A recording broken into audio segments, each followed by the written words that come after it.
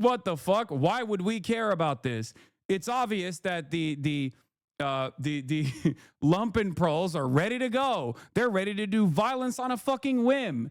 It turns out they were more successful, partially because it was a bourgeois democracy, and partially because the liberals and the petite bourgeoisie, the small business owners, the small business tyrants, and also on top of that, the fucking large industrialists had obviously realized that the hierarchy of capitalism was in the margins of abolition, and they wanted to put an end to it. So they used fascism as a way to stop it, partially because the left were too fucking too busy, too predisposed with fighting amongst themselves. If you can't explain your ideology to a coworker in a 5-minute conversation without using buzzwords, your opinion doesn't matter. I mean, I don't use buzzwords, even though people say I do. There is no place on the planet in the United States of America where I have to talk to the overwhelming majority of this fucking chat about the importance of exhausting all options, including electoralism. In the real world, people would look at you like you are a fucking insane person. If you were to be like, well, excuse me, but, you know, I'm not going to participate in this process because I am morally above it all, because this is an immoral system. If you were to explain it to that, if you were to explain to the average person like your position, they would look at you like you got fucking 3 eyes, okay? This is why I also get frustrated with a lot of fucking hyper radical hammer and sickle accounts on Twitter, because I do try to position myself as like speaking like a layman, using common sense. Okay, I try to dilute my commentary in this way. And a lot of dumbasses will go, oh, Hasan is fucking fake. He's a Democrat mouthpiece. He's a sheepdog for the Democratic Party.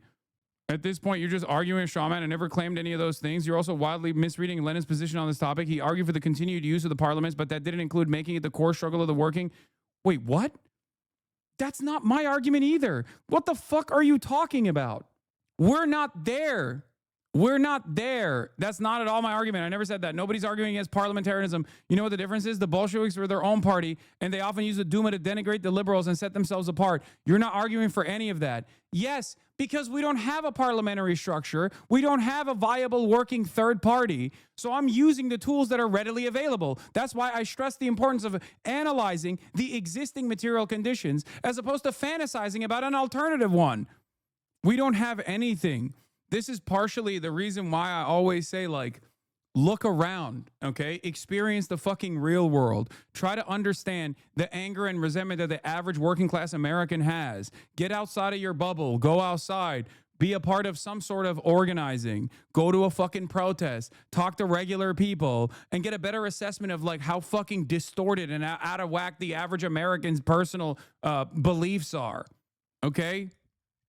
In the absence of an established, viable, working class alternative third party, you have to work within the confines. You have to work within the existing platform that is afforded to you. And it's very obvious that in this moment of weakness within the Democratic Party, which is a bourgeois party, it is a center-right party, that is a liberal party, clearly there is an opportunity there, an opportunity to seize. But it's too fucking difficult for people to even like soft pedal any sort of socialist tendency to the broader collective consciousness with the likes of even fucking Zoran Mamdani, because everybody goes, oh, he's not perfect. I don't like what he's saying. He's a Zionist. You're a fucking idiot. That's it. But in any case, regardless of what people in this community say, I think it is positive that while there is an establishment Democrat pro-AIPAC liberal alternative out there that Chuck Schumer and the establishment Democrats love, liberals by and large are still standing by a dude with a horrifying background, okay? Especially as it pertains to the fucking Totenkopf tattoo. Do you understand? One must ask the question, why? Two things come to mind. Number one, liberals don't want to play the game of like, oh, this person is imperfect and they said something fucked up, no matter how fucked up that might be from my assessment. Because I think having a fucking Totenkopf tattoo on your chest is completely insane. It is irredeemable, especially if you did not cover it up for 20 fucking years. Okay? Having said that, I do think it's good that by and large, liberals are defending him instead of immediately leaning into the alternative. Liberals did not immediately look at someone like Graham Platner and go, I fucking hate this guy. This guy is saying he wants Medicare for all. We can't have Medicare for all in this country. What are you talking about? We need to keep having privatized healthcare in this country. That's the best possible way to go. Like that. But killing Iraqis isn't. Dude, wake up!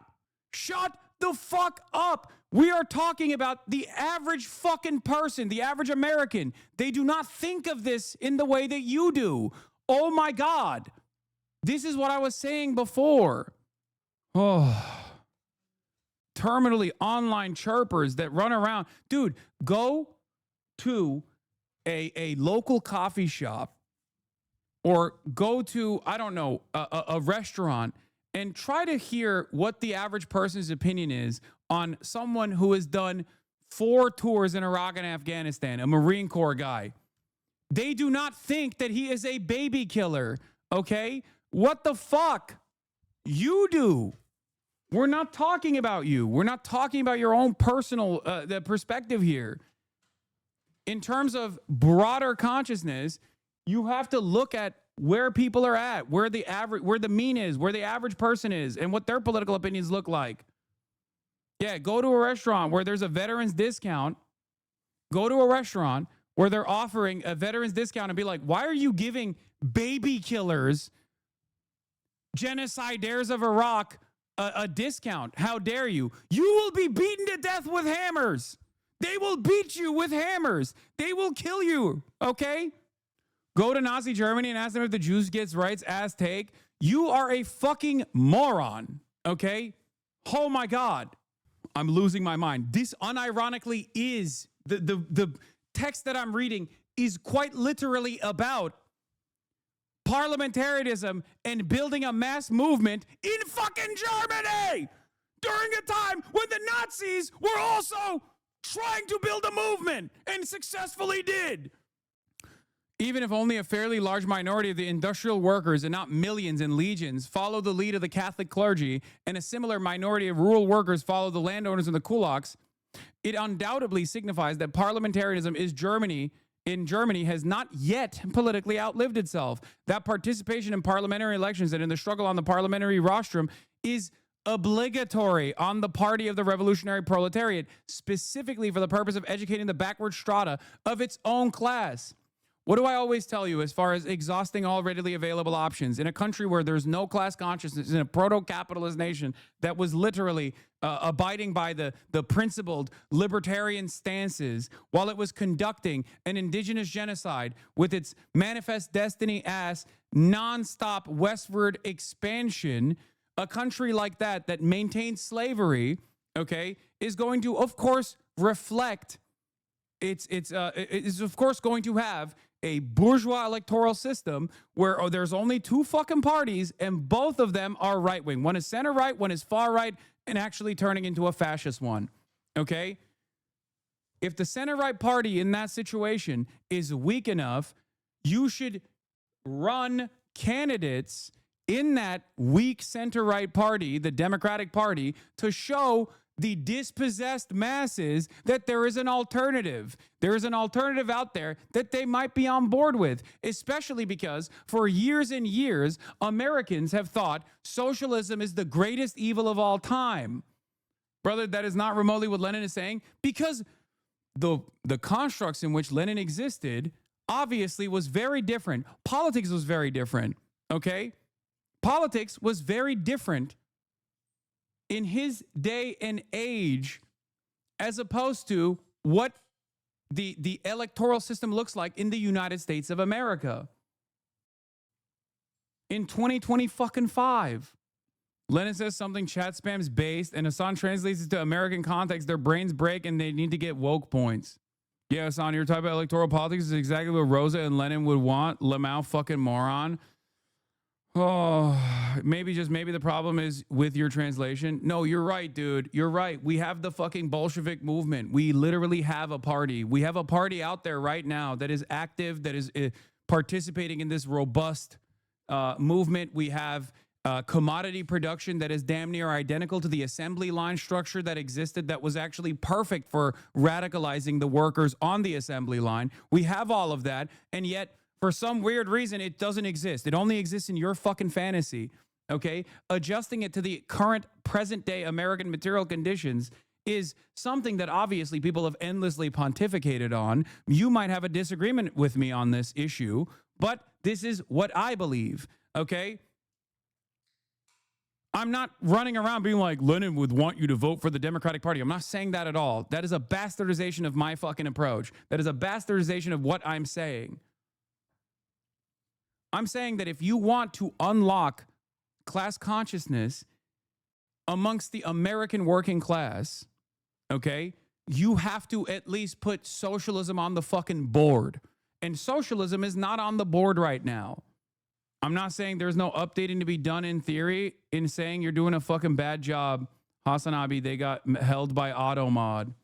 Also, all this endless intellectual back and forth that we're having is just complete masturbation and nothing else, because the average American does not consider any of these things, okay? So shut the fuck up. I will take all of the fucking wins as they come along, whether it be Zohran Mamdani or Omar Fateh or anyone else in a country that has no class consciousness whatsoever, in a country that abhors even the mere mention of socialism, that has been for decades radicalized against what they think is socialism, a true danger for American liberty, okay? In a country like that, where there is an existing duopoly,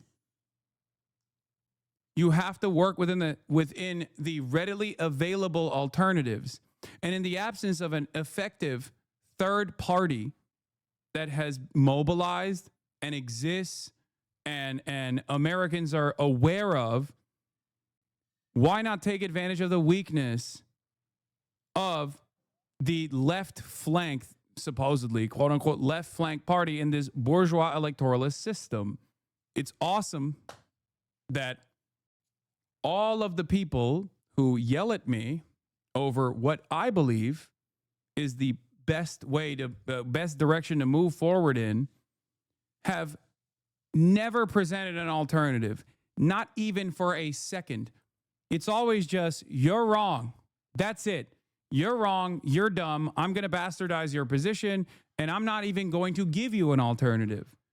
Or the alternative is revolution now. With whose guns? With whose army? You're agoraphobic. You can't even talk to your fucking Uber treats delivery driver, and you're over here talking about revolution now. Jesus Christ. The pink wave works so well in Europe that all the right-wing parties are done for, right, Hasan? I am not saying that electoralism is the only outlet and is the most viable outlet and is the end-all be-all solution. Oh, read between the fucking lines, man. Some of you guys are too stupid to understand what I am saying, and it's fine. That participation in parliamentary elections and in the struggle on the parliamentary rostrum isn't obligatory on the party of the revolutionary proletariat, specifically for the purpose of educating the backward strata of its own class and for the purpose of awakening and enlightening the undeveloped, downtrodden, and ignorant rural masses. I wonder if there's anything that we could see. I wonder if there's anything that we could learn from this lesson. Whilst you lack the strength to do away with bourgeois parliaments and every other type of reactionary institution, you must work within them, because it is there that you will still find workers who are duped by the priests and stultified by the conditions of rural life. Otherwise, you risk turning into nothing but windbags. Third, the left communists have a great deal to say in praise of us Bolsheviks. One sometimes feels like telling them to praise us less and try to get a better knowledge of the Bolsheviks' tactics. We took part in the elections of the Constituent Assembly and the Russian bourgeois parliament in September and November 1917. Were our tactics correct or not? If not, then this should be clearly stated and proven, for it is necessary in evolving the correct tactics for international communism. If they were correct, then certain conclusions must be drawn. Of course, there can be no question of placing conditions in Russia on a par with conditions in Western Europe. But as regards the particular question of the meaning of the concept that parliamentarism has become politically obsolete, due account should be taken of our experience. For unless concrete experience is taken into account, such concepts very easily turn into empty phrases.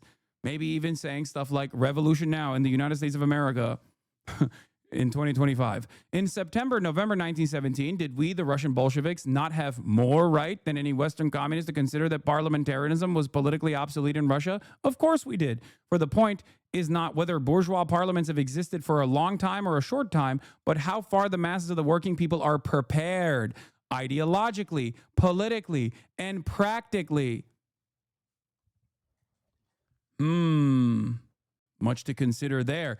To accept the Soviet system and to dissolve the bourgeois democratic parliament or allow it to be dissolved, it is an absolutely incontestable and fully established historical fact that in September to November 1917, the urban working class and the soldiers and the peasants of Russia were, because of a number of special conditions, exceptionally well prepared to accept the Soviet system and to disband the most democratic of bourgeois parliaments. Nevertheless, the Bolsheviks did not boycott the Constituent Assembly, but took part in the elections both before and after the proletariat conquered political power.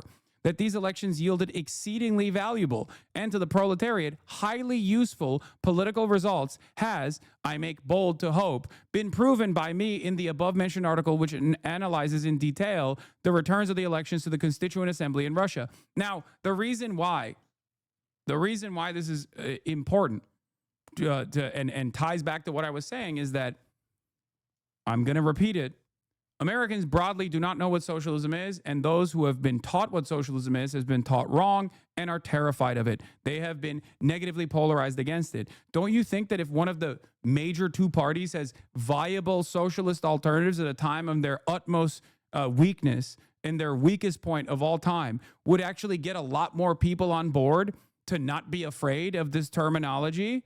Don't you think that that would be viable in maybe even later down the line building a fucking alternative third party? Because a lot of people, Michael from Pennsylvania included, have talked about Bernie Sanders building a third party. This is the best possible time to do it. Bernie Sanders clearly doesn't seem to think so. He thinks that we still need to utilize the existing confines of the Democratic Party. Maybe that's because he is old and an institutionalist and I guess for some reason a defender of Joe Biden, and he's done a lot of things that I don't agree with in general. But ultimately, the very fact that Bernie Sanders is a known entity in American politics and has since 2016, by running for the Democratic primary and having an incredibly successful run within the Democratic primary structure within 2016, that created for the first time ever, a vision of a socialist America, should possibly allow you to understand that working within the existing duopoly is not the worst idea, at least in the interim. Okay? For years and years, Palestinians wanted awareness. They wanted a recognition for their humanity. The game has changed now because they finally got it. Okay? Back then, I'm sure there were plenty of people 20 years ago that also simply wanted a one-party state, okay? But these conversations were not being had in the Western world at all because these things take time, because it requires, at first, broad awareness initiatives, and then you move into mobilizing, then you move into organizing, then you make demands. Then, when your demands are not met, you actually show your power. And the way you show your power is through work stoppages. All of this stuff takes time. It takes a tremendous amount of effort to organize around, okay? Labor militancy did not happen in this country overnight. And it was squashed after decades and decades of propaganda and violence from the state. And also legislation. I would agree with you if any of the left in the Democratic Party was like Trump. That's okay. There you go. That great. You understand what I'm saying here. What Trump has done in the fascist direction for the Republican Party must be done in the socialist direction within the Democratic Party. It's a lot harder of a bargain, but we're not even moving in that direction at all.